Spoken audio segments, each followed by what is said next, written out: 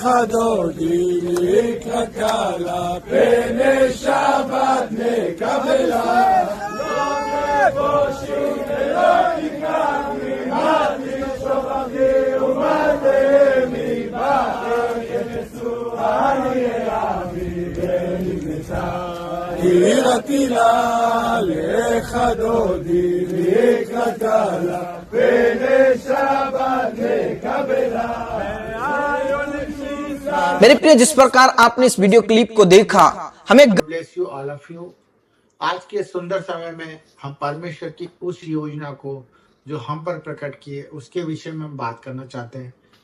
तो सबसे पहले हम ये बात करना चाहते हैं कि जो लोग परमेश्वर के जीवन में आ जाते हैं उनके जीवन में परेशानियां और रुकावटें और बंधनें क्यों सबसे ज्यादा उनको नजर आने लग जाती है और वो क्यों इस समस्याओं में ही उलझे रहते हैं जबकि परमेश्वर उनके सामने खड़ा रहता है। आज हम देख रहे हैं कि जहां जहां पर चर्चेस हैं, जहां जहां पर आप वीडियो के द्वारा देख पाते होंगे, लोग अपनी चंगाइयों को पा रहे हैं, अपनी छुटकारा पा रहे हैं। और मैं ये भी चाहता हूं कि हम सब परमेश्वर को करीब से जाने, हम परमेश्वर के उस वचन को जाने जो परमेश्वर ने हमसे हमारी आत्मा में रखा है, हमारे हृदय के अंदर उसने वो बीज डाला है। तो आज उसी विषय में आपसे बात करना चाहता हूँ मेरे भाइयों और मेरे सिस्टरों कि हम लोग जब परमेश्वर के वचन को पढ़ते हैं और उस पर अमल में लाने की कोशिश करते हैं तभी हम अपने उद्धार को देख पाते हैं। मैं आज देख पा रहा हूँ कि बहुत सारे लोग हैं जो अपनी चंगाइयों को रिसीव नहीं कर पा रहे, जो अपने छुटकारे को नहीं रिसीव कर पा रहे। वो हम में से ही है, परंतु वो कोई ऐसे लोग नहीं है जो परमेश्वर को प्यार नहीं करते, परंतु उनका प्यार और उनकी परमेश्वर की तरफ निवेदन प्रार्थना पूरी क्यों नहीं हो रही है।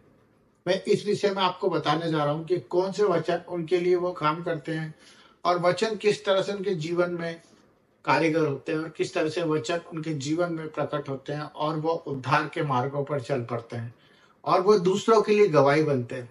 तो मेरे भाई बहनों, आज के इस विषय को लेकर मैं आपसे चाहता हूं कि आप मुझे प्रोत्साहित करें और कोई गलती हो तो क्षमा करें और परमेश्वर के इस वचन के अनुसार मुझे समझाएं और मैं उस पर ध्यान लगाऊं।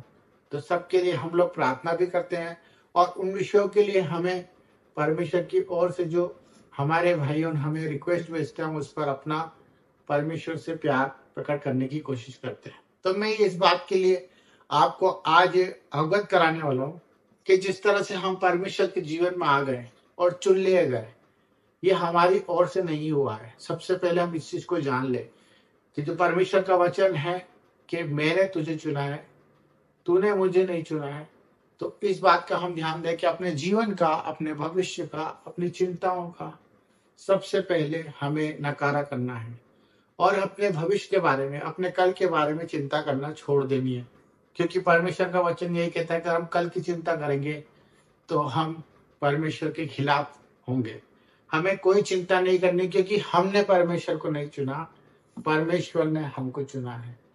तो मेरे भाई बहनों, सबसे पहले इस चीज पे गौर करने का हमारे लिए परमेश्वर ने ये वचन को प्रकट किया है। दूसरा वचन जो मैं आपको बताना चाह रहा हूँ वो ये है कि वचन जब तक दो धारी तलवार नहीं बन जाता, जब तक वो कारीगर नहीं होता, वो काम में नहीं आता, तब तक वो एक वचन ही कहलाता है। परंतु वो कब प्रकट होता है? जिस तरह परमेश्वर का दृष्टांत है कि बीज जब तक तुम अच्छी भूमि पे नहीं उपजाओगे जब तक फसल नहीं बनेगी। तो उसी प्रकार परमेश्वर का वचन भी यही कहता है कि आप अगर वचन पढ़ते हैं और सुनते भी हैं, पर जब तक अपने हृदय में उसको जगह नहीं देंगे और उस हृदय से आपके अंदर वो आवाज नहीं आने लगेगी, तब तक आपका उद्धार नहीं हो सकता। तो हम वचन को पढ़े, वचन को सुने, परंतु वचन को हृदय में डालने की कोशिश करें।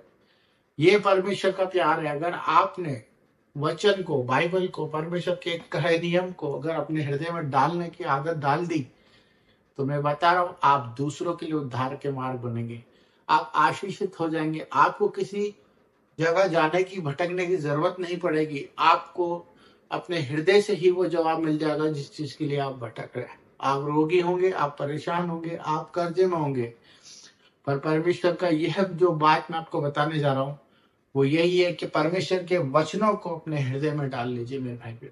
फिर देखेंगे आपके जीवन में किस तरह से उद्धार होता है और चंगाई और छुटकारा आपके जीवन में इसी वक्त है।